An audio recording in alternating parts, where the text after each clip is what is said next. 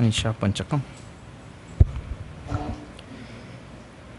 Om Sahana Bhavatu Sahana Bhunaktu Saviryam Karavavahe Tejasvinavadhitamastu ma vidvishavahe.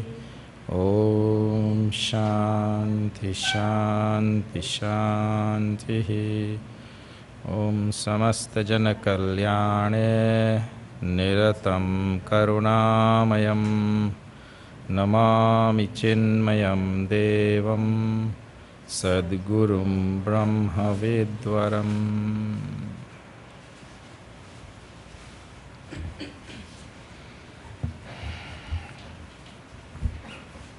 So, there are two verses in this first section, introductory verses, where Bhagwan Shankaracharya encounters the Chandala, and there are two verses of great jnana emanating from the lips of the Chandala, and so Bhagwan replies. There's a spontaneous reply where he breaks out into verses.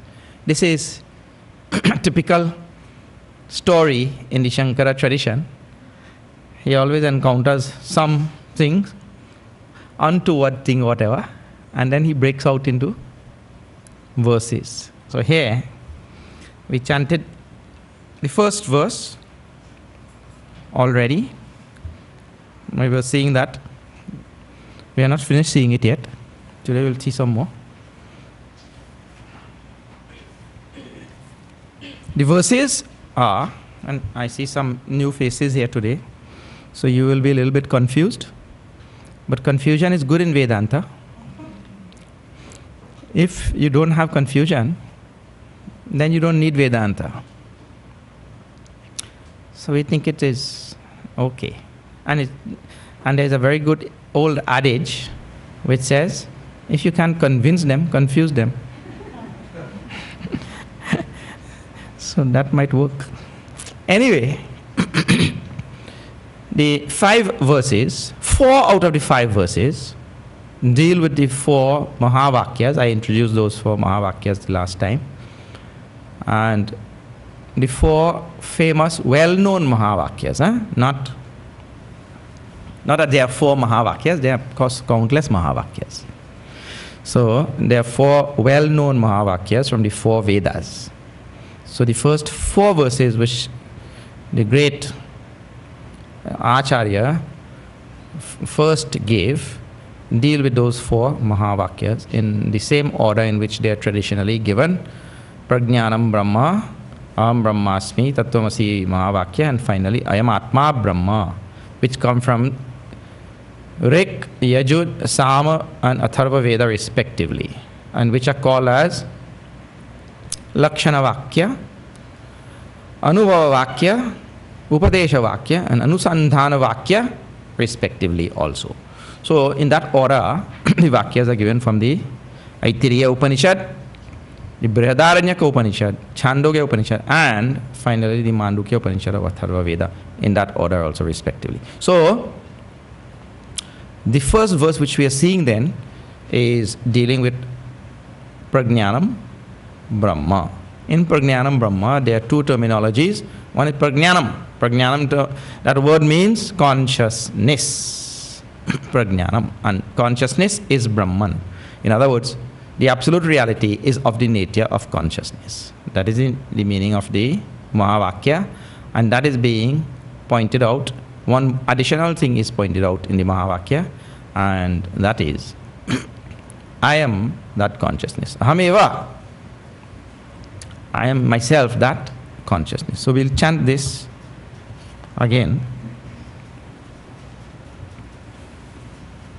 This is number 1. This book is page 8. Jagrat swapna sushuptishu sputatara.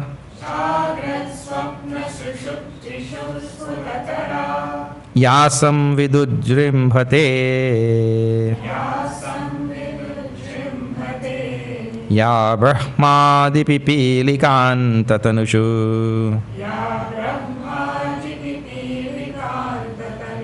Rota Jagat Sakshini Saivaham Nacha Drishyavastviti Dridha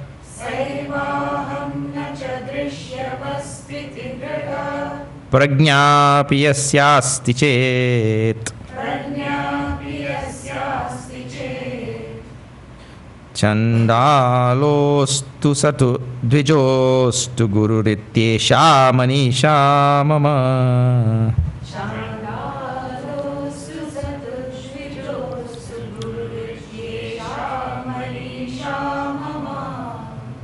That book has Chandala?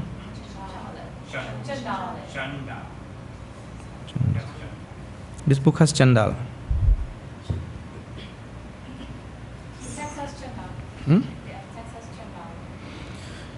So what is the difference? Chandala and Chandala? Same. Two nouns only. And there is no difference between two. Some recensions have Chandal and some recensions have Chandal. If you see in the Sanskrit dictionary, the two words are there. Meaning exactly the same thing. That is there in every language. You don't have to worry about it. Otherwise, why these people can't make up their mind or what? In every language it is there.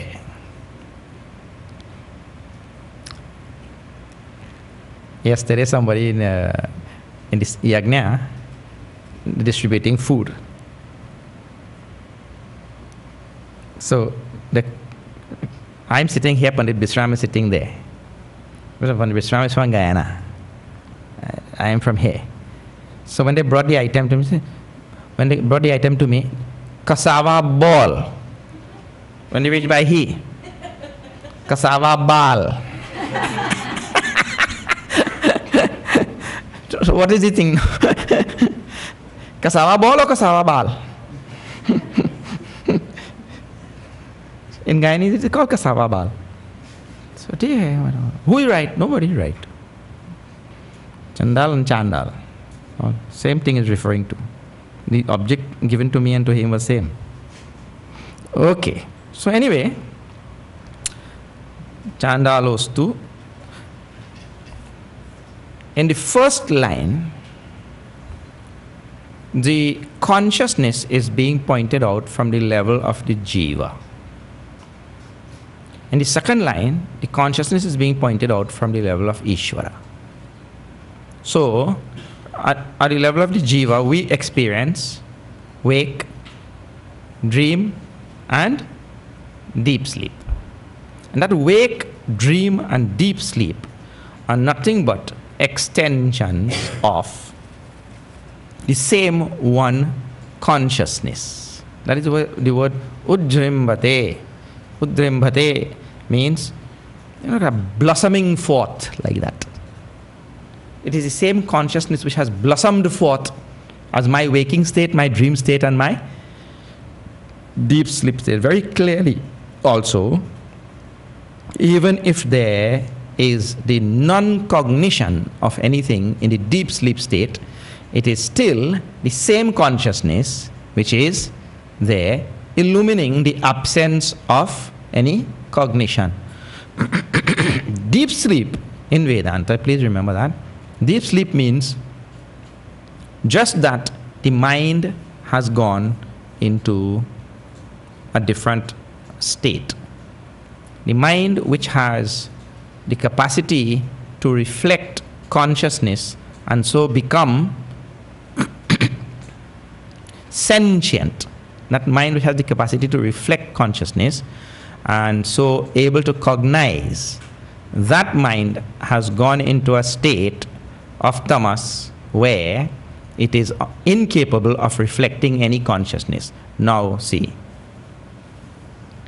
if you have a black cloth here and a mirror here, and you take a flashlight from this side and you flash, the mirror will be able to reflect all the light back. And what the black cloth will do? Reflect nothing. So is that a fault of the light? No. Second thing, does that in any way affect the light? No. Does the light stop shining because there's a black cloth here. No, the light continues to shine. So it is just that the antakarana, what we call our mind, our antakarana goes from one state like a mirror to a black cloth. But the light that is here, that is the light of consciousness. The light of consciousness does not stop shining. It is just that here this mind has gone from one state to another. So that does nothing to consciousness. Consciousness remains as it is. In the dream state, again, consciousness is illumining. So in the in the deep sleep state, consciousness is illumining the absence of thoughts. I mean, the mind is not thinking anything. The mind has gone into a state of tamas. In the dream state, middle state now, the mind is concocting things, and the consciousness is illumining that mode of the mind where it is now only making up things. But it doesn't have freedom in making up things. But absolute freedom is not there. It can only make up things from impressions which it had collected in the waking state. So it had seen an elephant there and it had seen a bird there. So it takes the wings from the bird and put it on the elephant, and the elephant flies. So in the dream state, the mind is engaged in this type of activity. In the deep sleep state, the mind is engaged in what activity? Nothing. Just total blank. Look here. Total blank is very familiar to many people even in waking state. What to talk about? Deep sleep state. Total blank in deep sleep. So in deep sleep, total blank, but consciousness is still shining. In dream state, the mind has gone to a different mode of making up things with impressions gathered in the waking state. And in the waking state, the mind is engaged in a different type of activity. That is, cognizing all things outside. So, in all the three states, three of them, the same consciousness is enlivening, sensitizing.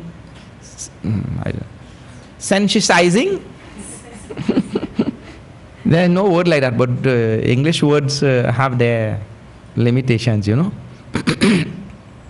Making the mind sentient in this waking state, making the mind sentient in that dream state, because at that time also the mind is still cognizing all the dream impressions and all things which it has made up, right?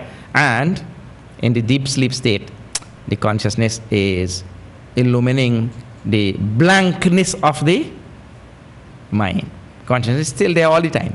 So now, in the next line, what is being spoken about is the sakshi, or the witness. So in this first line, the consciousness is called as samvit,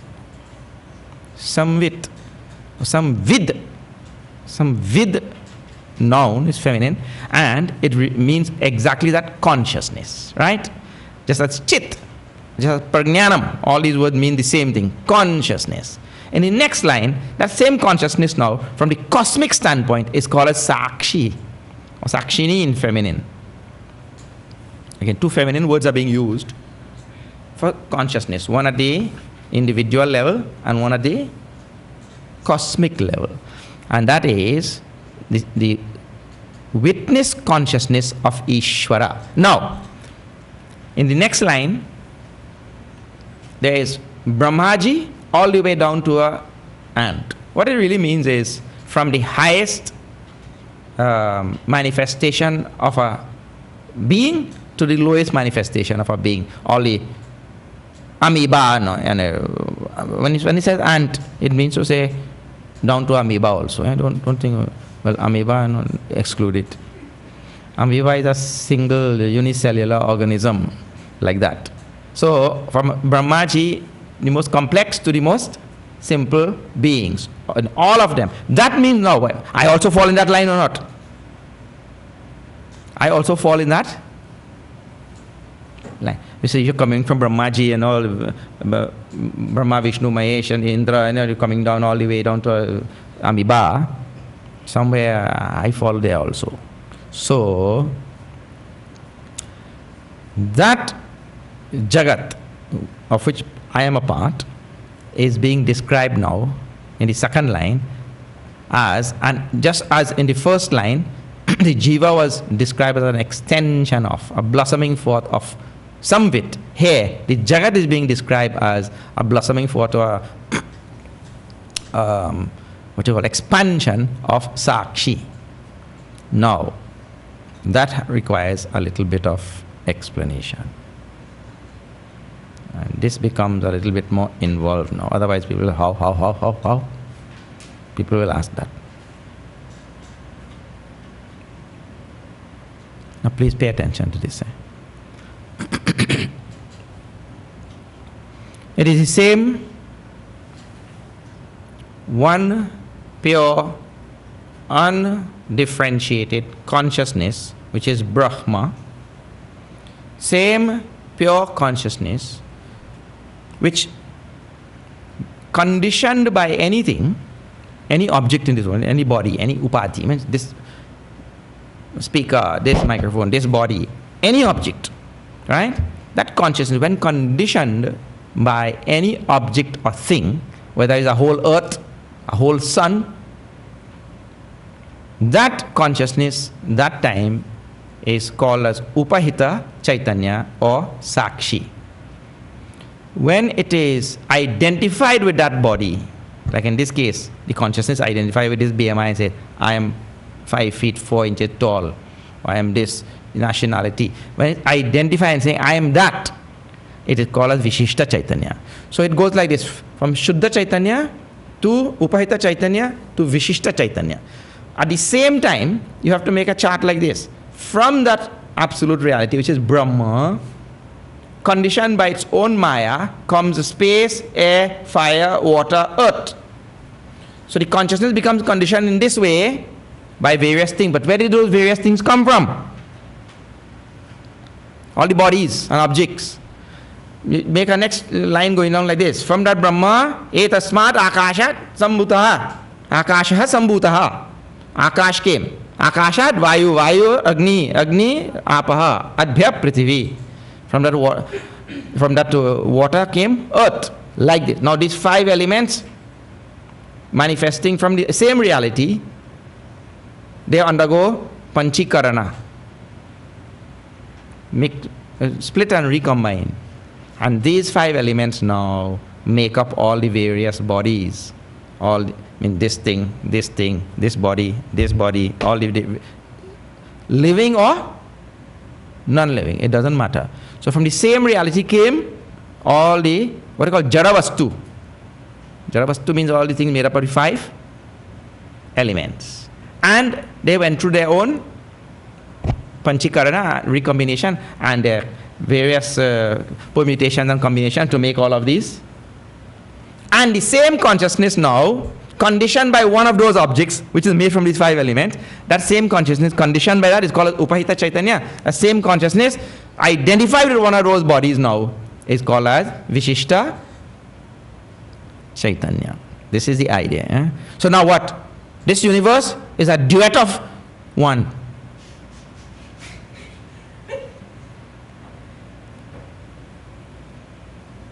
Once when we were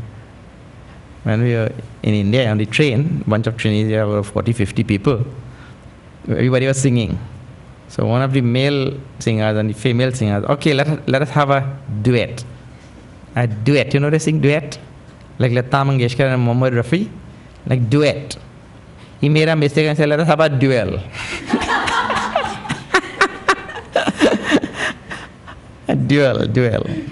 Anyway, so what is happening in the universe really is a duet of one. That is such a wonderful.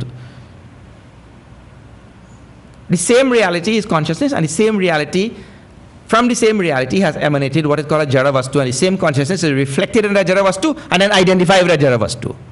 Reflected or conditioned by the Jaravastu. Now what is the meaning of reflected and conditioned and all?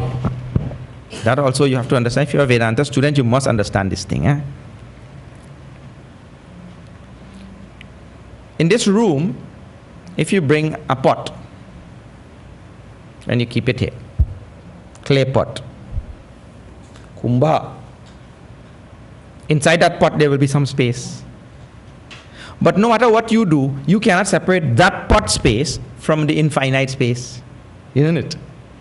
If you break your pot and break all these walls and all these spaces which was there, is still part of the whole infinite space. Right? So the infinite space conditioned by this pot, delineated by this pot, demarcated by this pot, that infinite space is said to be conditioned by that pot. So that will be called as upahita space. Upahita akasha, conditioned by the pot. That will be ghata upahita akasha. Ghata means pot. Conditioned by that pot. Now, that is okay. If there is conditioning, there is no problem. Suppose this space is able to think. And now he starts thinking, well, I am 2 cubic foot big. I am 2 cubic foot big. And I am called as pot space. So my nama is pot space, means my name. My rupa form is 2 cubic foot. So he forgets that he is connected to an infinite space, and he now becomes identified with the walls of that pot which delineates only 2 cubic foot of space. And now he puts his name as pot space, and he puts his rupa as 2 cubic foot. That is called as Vishishta Akash. That is particularized space. Because now he's become identified and he has changed his identity. And name change. And identity change. You know, some people change their name and identity. Some people do that. One fellow met another fellow and he wrote, "Hey George, look at you. My God, you put on so much weight. I can't even recognize you. And you get bald hair also. All your hair gone and everything. Bapre, I would have never known it's you." That fellow said, what do you mean, George? My name is not George. He said, what? Your name changed too? You change your name also. Everything gone. But some people like that, they change their identity totally and everything. Huh? What we are talking about here is not changing identity. We are talking about misidentifying oneself. Here, the space, which is infinite space, misidentifies itself as pot space. That is the kind of change we are talking about. So, that is called Vishishta Akash. And the same thing happens now to the consciousness. The consciousness is infinite, undifferentiated consciousness. Associated with this body, mind, intellect, it is called as Vishishta, Upahita Chaitanya. Associated with this body, mind, intellect, it's called as Upahita Chaitanya. It means it is conditioned by this body, demarcated by this body, delineated by this body, mind, intellect. But when that consciousness becomes now demarcated and delineated and conditioned by this BMI, that is okay. But the next step is the problem. What is the next step? That consciousness, in association with this body, mind, intellect, exchanges gunas. It is called as Anyonya Adhyasa. It exchanges gunas. What do you mean of exchanging gunas? Well, this body, mind, intellect is called as jada, because just now I told you, from that reality conditioned by its maya, space, air, fire, water, earth. Well, none of these things are sentient. Space, air, fire, water, earth, they are jada. So they split and recombine, and they form these bodies, body, mind, intellect. Space, air, fire, water, earth is what goes into forming the body, mind, intellect. So now, this body, mind, intellect, jada. Jada means inert, dead, insentient, like this. So the body, mind, intellect is jada vastu. Now this consciousness, which is conditioned by this body, mind, intellect, that is awareness. not jara. So now, what happens? That consciousness is infinite. This BMI, finite. Consciousness is awareness. BMI, jara. So now the two of them exchange these gunas now. What exchange? What it goes to what? The body which is jara, body, mind, intellect, which is jara, now becomes. You can touch. Sentient.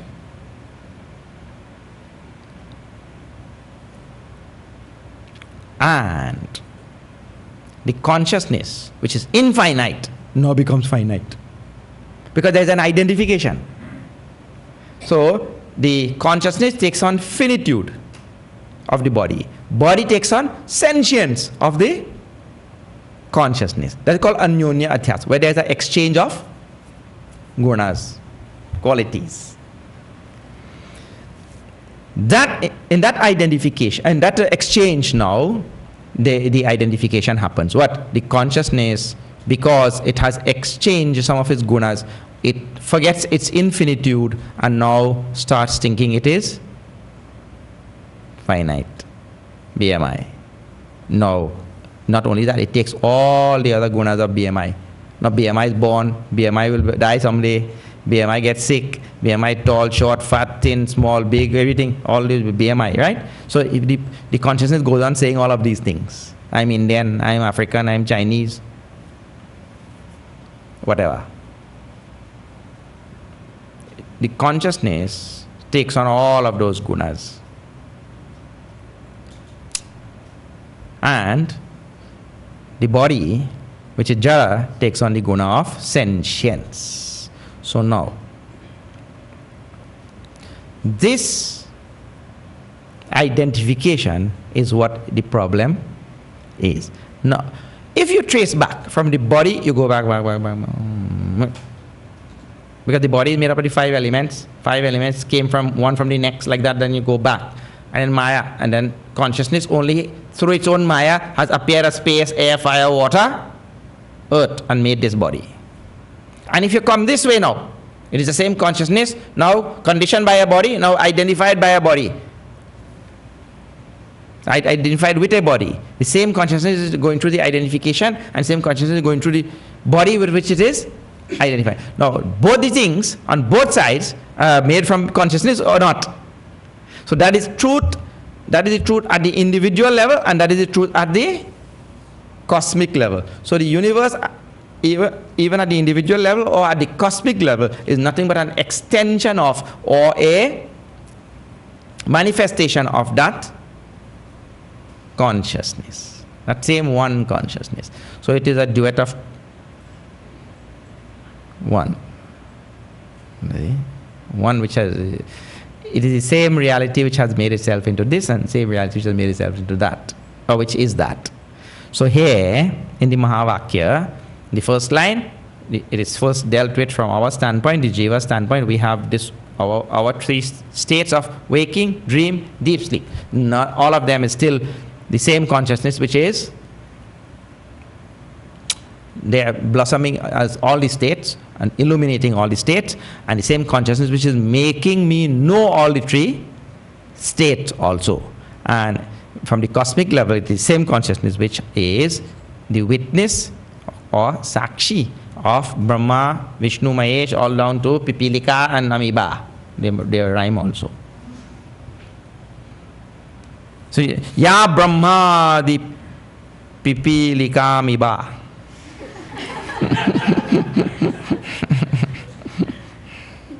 You could put it in any verse. So, the one consciousness is that which has, that consciousness is me. Sa eva aham. Because just now I fall in somewhere in that thing, isn't it? From Brahmaji all the way down to,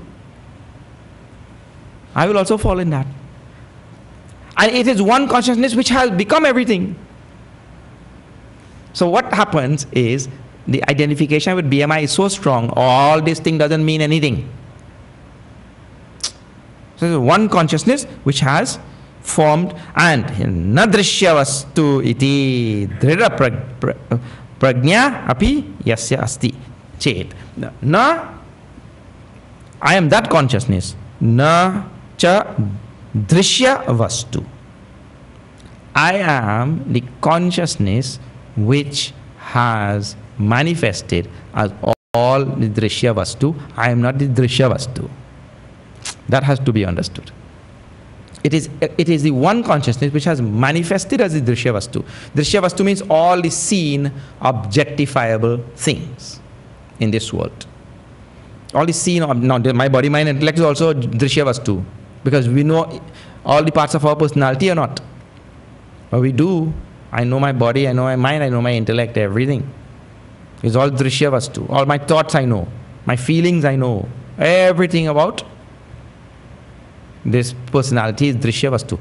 But it is this consciousness which has manifested as all is drishya vastu. But our problem is that we don't know that consciousness. We take ourselves to be drishya vastu. Drishya vastu means, now I'll tell you, what is being utilized also are the three lakshanas in the verse. Now I have to tell you about three lakshanas. I told you, if your head doesn't crack in this class, if your head doesn't crack in this class, it will crack. If it is already cracked, well, no problem. Now let me tell you three lakshanas. In our Vedanta, we have three lakshanas. What is a lakshana? A lakshana is something by which we use to point out something else. So suppose you want to point out that house over there, right? First you ask the fellow, do you see that red house? Yes, I do. Well, the house I'm trying to point out to you is not the red house. It is the house on the left side of the red house. You get that? But the red house is very visible. So you tell him, do you see that red house? Yes. Because that is easy to see. Acha, theek hai. You see the house on the left side of the red house? Yes. No, that is the house I am pointing to. I am referring to the house on the left side of the red house, not the red house. Then, the red house has 3 floors. You seeing it? No, not the red house. The one I am pointing to you has 3 floors. You are seeing the 3 floors? And now I left the red house and I came to the one I am pointing, the one on the left side of the red house. It has 3 floors. You're seeing 3 floors? Yes. So I am referring to the house with 3 floors. Aha. The house with 3 floors, it is made up of concrete. It is made up of concrete. The house on the red house is made up of wood. But the one I am pointing to is made up of concrete, you see? Yes. Now, those 3 types of indication of the house I am trying to point out are called by 3 different names. The first one is called as Vyavartaka Lakshana. Vyavartaka Lakshana, or sometimes it's called Atat Vyavritti Lakshana. Too much of some big words in Sanskrit there. Vyavartaka Lakshana or Atat Vyavritti Lakshana means you point out something by marking it apart from something else. Not that one, this one. So, you see the red house, but I'm not referring to red house, I'm referring to the... So first you point out something which it is not, by saying which it is not. So that is called as Vyavartaka Lakshana, pointing out by saying what a thing is not. Like that. Then the other thing now, we came to this house, it has 3 floors. So I am pointing out to some, let's call it Tatastha Lakshana, some apparent qualities within the thing itself. Some apparent qualities within the thing itself. So now this house has 3 floors.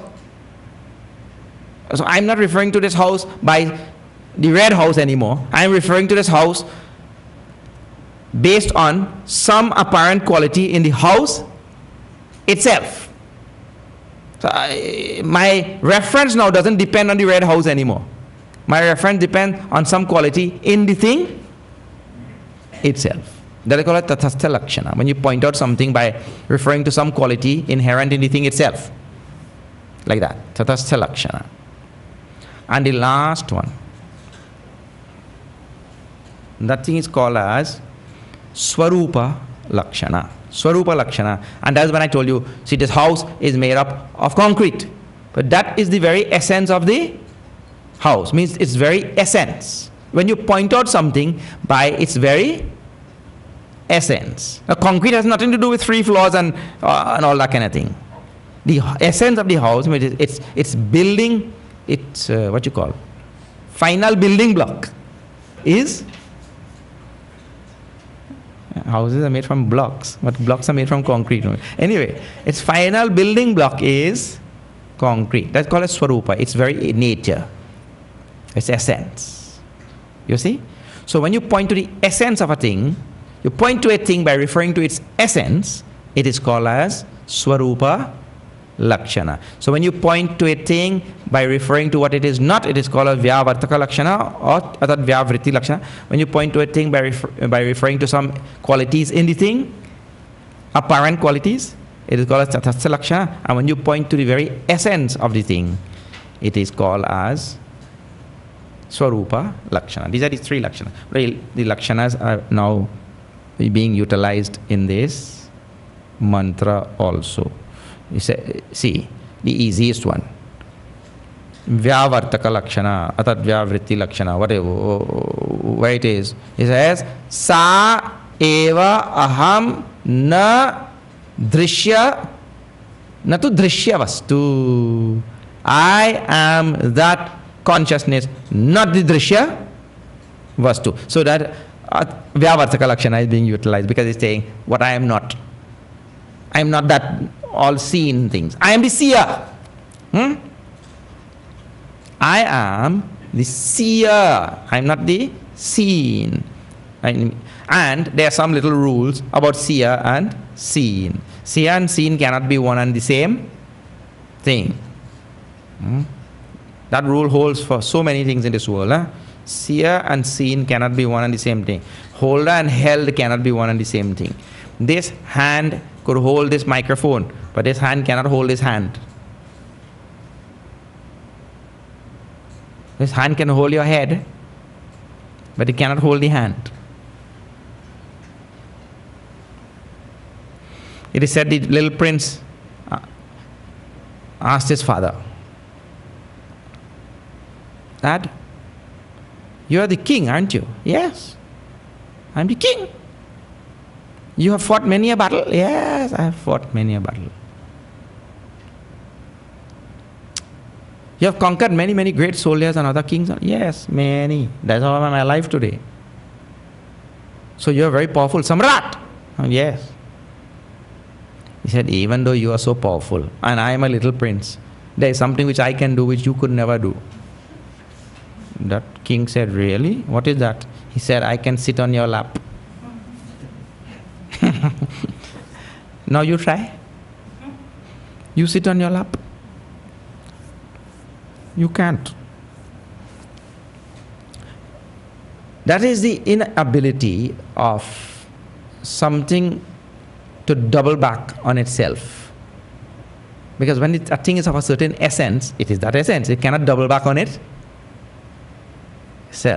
On itself. It has an essence of its own and it cannot double back on that essence. But it has to be like that only. This can grab things, but it cannot double back and grab itself. You see that? That truism holds fine for the mind and the senses and everything all the way down to consciousness. Now see, the eyes see the objects. So the eyes, if it closes, well, it doesn't know what is the color of the watch because you can't touch and say, oh, this feels like yellow. Yellow has no feeling. So the eyes have to be open, so the eyes see the objects. But the eyes cannot see themselves. The eyes can see. Do you know that? A simple thing. You will see every billion, gazillion, Brazilian objects from now till you die. But you would have never seen your eye in your whole life. You may see a reflection of your eye, but you cannot see your I. What a wonderful thing. You may not have thought about it, but you cannot see your eyes. So, the eyes are known by the mind, because we say, sometimes we tell people, now my eyes feel as though they are weaker, you know. My eyes are not clear. Or everybody who at a certain age, they start seeing floaters. Have you seen that? Everybody sees floaters, no? You see? We see floaters. And sometimes we see stars. Like a cartoon. So the eyes are known by something behind. Because when we say, my eyes are weak, or when we say, my eyes are not clear anymore, or when we say, I am seeing floaters, that time we are not seeing with the eyes, isn't it? We are seeing with the mind. The mind knows the condition of the eyes. So the eyes know the objects. The mind knows the eyes. Now the condition of the mind also is known. When people say, my mind is disturbed, my mind is agitated, my mind is calm, my mind is so happy, I'm seeing all the thoughts in my mind. Isn't it? That time, the one who sees is called as drik. Drik eva natu drishyate. There's a final awareing principle. Not there, no word like awareing. There's a final awareing principle. Now, actually, if you do a little bit of analysis of this, and you say, my mind is happy, my mind is calm, still one part of the mind is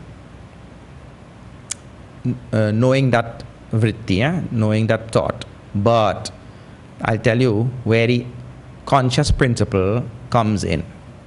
When I say, the mind is happy, my mind is happy, my mind is sad, I'm seeing the vrittis of the mind, right? I'm seeing vrittis of the mind. So now, those are vrittis in the mind. Let me tell you about some other vrittis, and then you will know what is the conscious principle we are talking about. Listen to this. I know English.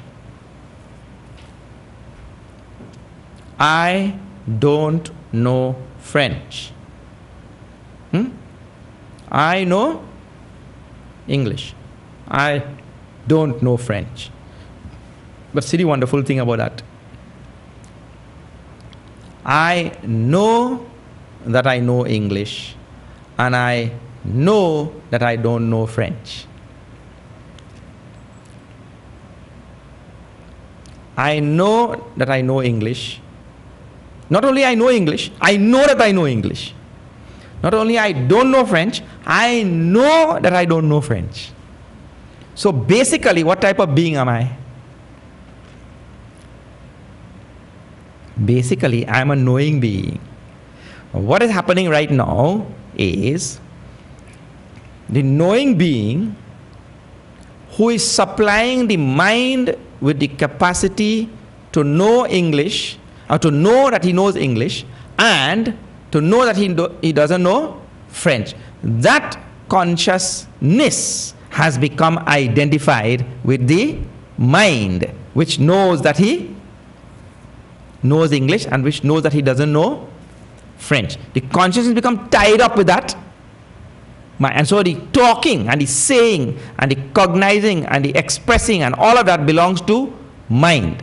But mind cannot know by itself. Mind can only know because it is infused with consciousness. So all talking and conceptualization, ideation and all that, such things, all of that belong to mind. But none of that can happen if mind was not suffused with consciousness. That consciousness which suffuses the mind with the capacity to say all of this, that consciousness, I am.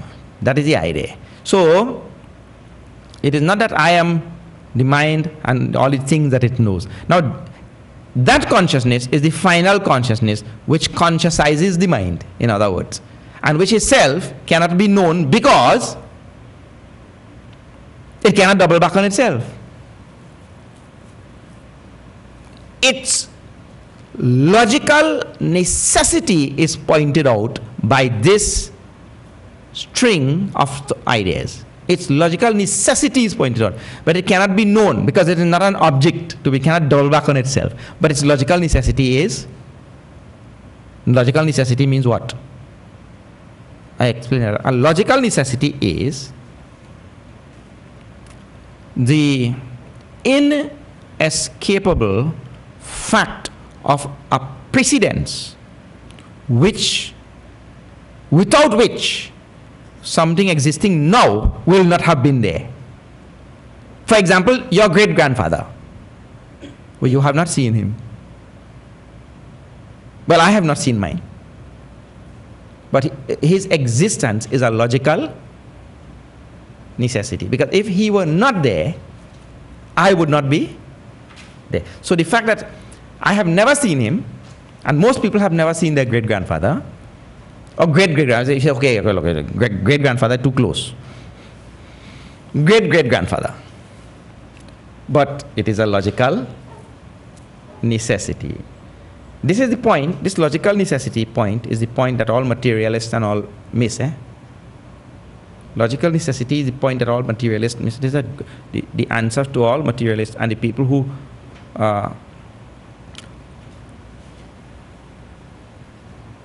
posit the idea of consciousness being the product of chemical reaction in the brain. You see, logical necessity. As we are on that topic, let me just tell you. There is a great big movement and argument of people who say that there are chemical reactions going on in the brain when the brain is a physical thing which is formed from the elements. And that chemical reaction in the brain is such an elevated type of chemical reaction that it produces consciousness. So consciousness is a product of chemical reactions. Quite tantamount to what the Big Bang Theory people say. Right? The universe was formed by a big bang, right? So they just totally pull the wool over everybody's eyes by not answering the question of logical necessity. Because if chemicals are going to produce a certain effect, the effect which is going to be produced by the chemicals must be inherent in the chemicals before. Otherwise, how you will get a product out of a chemical reaction? How you will get a product if that potency was not already there in the thing? If it did not exist before. So how you can be here if your great-grandfather were not here? The logical antecedent must be there. It must be present. And it's a Big Bang. So if you're going to have a Big Bang that is going to expand into the universe, it means to say that all the things which are going to manifest in this universe before must be pre-existing in some form or the next in all the things which is going to have a Big Bang, whatever it is. Everything which is going to manifest later on should already be present, right? If it is already present, where it came from?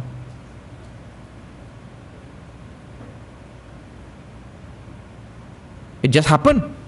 Alakazam, boom.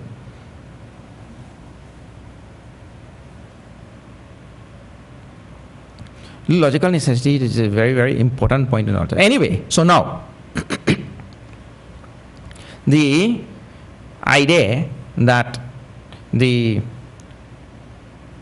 consciousness is a logical necessity for the mind to do all of its thinking. Second thing, people say, oh, so there's a consciousness which is illuminating the mind, and the mind is the one that is conceptualizing and has ideation and has all the different thoughts and all of such things, right? And it's the mind which is talking. I know English, I don't know French and this and that. The mind which is doing all of these things. But mind is made up of 5 elements, and mind is jada. Mind is enlivened by consciousness. Now some people say, so what enlivens that consciousness? In another consciousness. That also is a logical absurdity. Otherwise, what you will have is anavastha dosha, means you will have an infinite regress. So there has to be some final awareing principle. That thing is called as the prajnanam, which we are talking about here. So now, I am that consciousness, and I am not all the drishya vastu, all the things which are seen. If the argument of I am the consciousness and not the things which are seen is also a very simple one. That from language itself you can derive that. You can explain that just by language. How? See, if I am saying my watch, is it clear to me that this watch is different from me? My watch? Yes. It's clear. Oh, my head. If I say my watch and it is different from me, so what is different? I say my head. That also has to be different from me. And if I say my mind is agitated, still there's a my and there's the mind. There's me and there's the mind. So just by language alone, we are able to see, oh, I cannot be the mind. Yeah, I know the mind. And I told you the knower and the known, or the seer and the seen cannot be one and same. So like this, what is being utilized in the verse there first of all? I say, Sa eva aham natu drishya vastu. I am that consciousness, not all the drishya vastu. What is being utilized there is vyavartaka, adat vyavritti lakshana. There. First is pointing out what I am not. I am not all this drishya vastu. I am the pure consciousness, that consciousness which is called as prajnanam. And that consciousness is the same consciousness which is now manifested as Brahmaji and all the amoeba. So it's that consciousness has an apparent manifestation. That is called as tatastha lakshana. In the verse, there is no word indicating Swarupa Lakshana. You will have to draw it out. Tatastha Lakshana is used and Vyavartaka Lakshana is used. There is no line which is telling. What you'll have to do is study one of the words, samvit. Samvit means consciousness. So that reality is, in that way if you say, but there is no, samvit means consciousness. So then the reality is samvit. The reality is consciousness. So then if you say like that, then you can say that is Swarupa Lakshana. Sa ya samvit. Sa samvit. That consciousness. Then okay. That consciousness. That consciousness, which is that absolute reality, which is of the nature of consciousness. That is indicating the thing by its swarupa, its very essence, its own nature. Brahman is consciousness. The reality is consciousness. So it's called samvit. So like this, the lakshanas are being utilized also to point out this reality. Oh. Then how it is connected to Brahman? Means prajnanam, Brahma. Well, for the individual level and at the cosmic level, there is the same one consciousness. So now, if the same one consciousness, which is the infinite consciousness, is there, and I am also part of the Saivaham, I am also part of that, then we have now ended up with only one thing. If we have ended up with one thing, well, the one thing in Shastra is called as Brahman. The one reality behind the universe is called as Brahman. So prajnanam, at the level of Jiva, Samvit, at the level of Ishvara, Sakshi, that prajnanam is the same one infinite Brahman. Like that you will have to say. Prajnanam Brahma. And why it is called as Lakshana, Vakya, Mahavakya here because it is speaking about the Swarupa. Some it is the Swarupa of Lakshana means definition. Brahman is defined as consciousness. Lakshana means definition. Brahman is defined as consciousness. Because in both the lines, only consciousness is invoked. As Sakshi or as Samvit, like that. So, this is the first. He said, anybody who has this knowledge, that person, if he is a sweeper, Chandal, or if he is a, what is the next word? Guru, Dvijaha, if he is a Brahmana, or he is some learned person, whatever, if he is this or if he is that, that person is my Guru. He is my teacher. So, again you have a duet of one, because Bhagavan Shankaracharya would have bowed down to himself. Because he is incarnation of Lord Shiva and the Chandal is also incarnation of Lord Shiva. Wow. So, duet of one going down the road. Okay. Now, next Mahavakya, Aham Brahmasmi, which is called Anubhava Vakya. Anubhava Vakya, we shall see tomorrow. All those people who are sitting at the back will not, unless you come to Manjanila.